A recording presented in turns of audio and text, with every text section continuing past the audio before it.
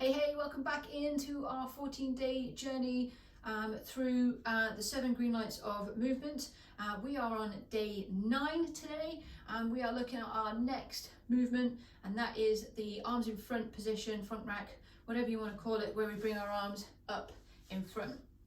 Now, we use this quite a lot, and probably more than you think you do, but it's one of those key movements that when you're taking something overhead, you maybe picked it up and it's here.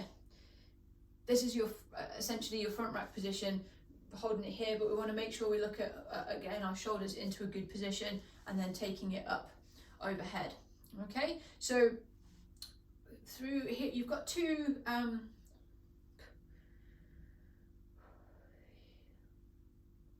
we've got two positions that this is generally seen in most often anyway, and there'll be a little bits in and around that as well, but the two core movements are when we bring our arms up in front here. So this is our front rack position, and then when we've got our arms bent as well, and wherever we sit in there.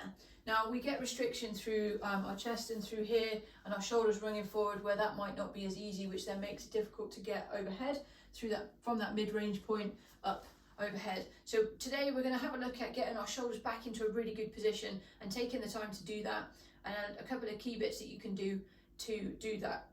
Generally without kit, there is also one bit that we'll look at with some kit as well if you've got it.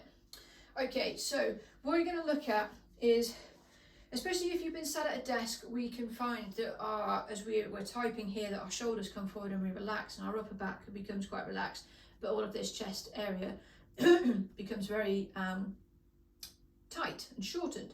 So we need to work to get our shoulders back, and some of the other bits that we've done, you'll start to see that change coming in terms of kind of getting a ball or your hand into here and massaging in here, biceps and the triceps doing that as well, giving those the ball treatment as well, and then looking at the positioning. So that's where we're going to come in at from today. So first of all, if you find that when you stand up, if you do that now, if you're with me, that's cool. If you're not, do it later. You'll find that your hands might be in front here on the front of your thighs, like mine are right now. And we're going to work to get them as we externally rotate those shoulders out and bring our hands back down our sides. That brings us into that starting point of that neutral position, which we keep banging on about and keep talking about, because it's really, really important that we get to that stable start point, because it means then we can enter the tunnel in a really good position and come out the other side and do in a good position as well. And that is then really key. When we start in a good position with a movement, we finish it in a good movement, and we come back out of it and start the next rep in a really good movement. And it goes even when we were looking at that walk position from yesterday. Each step is in a really good position, which means you can keep going and going.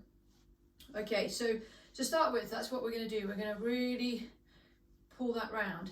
So what I want you to do is just come to your nearest wall, or find a piece of wall where you can bring your arms up and touch it with your fingertips. So we're here, and initially, you want to touch your fingertips, and we're going to take them off the wall. So if you watch what my scapulars and my shoulders are doing here, as I'm rounded forwards, and I bring my fingertips off the wall, and my shoulders come back, and my scapula comes round, and that rotation just ever so gently gaining that proprioception back with our body, so that we can do it without the wall being there. We can do it then in a nice position and just get into connection with what's doing it. So really focus your mind on your shoulders and just think it there, but having that wall as a guide, and you're staying there, and then we're coming out into that position through there.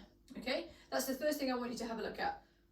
The next thing I want us to have a look at is spending time in the positions. So when we come to be doing sort of more formal exercise, we do a front raised position where we come into there. We've got to make sure we do that with our shoulders back and come up, and we'll feel a lot more musculature working, and we can think about that a little bit more. But we also want to be coming up into this position here, which, if you think about it, is the position when we're doing formal exercise of when we do a shoulder press, which takes us from this front rack position into this overhead position. And then if I've got dumbbells, that is what we're doing through there.